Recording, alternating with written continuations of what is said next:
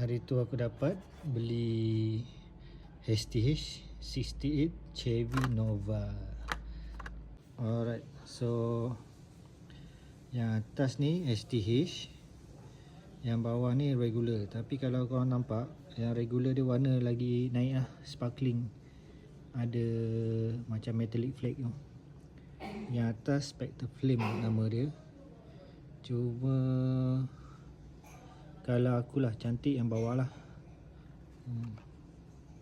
So bawah semua sama chrome, cuma tayar dia ada design getah. Heavy STH. Depan sama.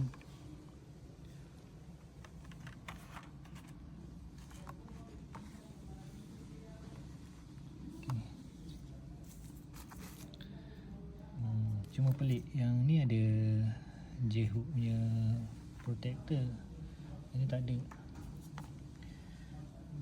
Tapi serius, warna yang ni lagi lawa regular daripada STH. Cuma STH serius purple ni lagi lawa. Nampak ada flake. Yang ni biasa je. Right, dah boleh letak dalam tu dengan geng dia.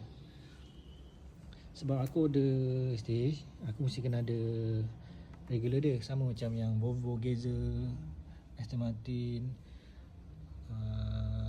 Audi, Lambo, Porsche,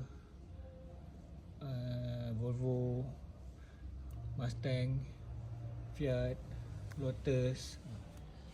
So yang ni yang ke-10.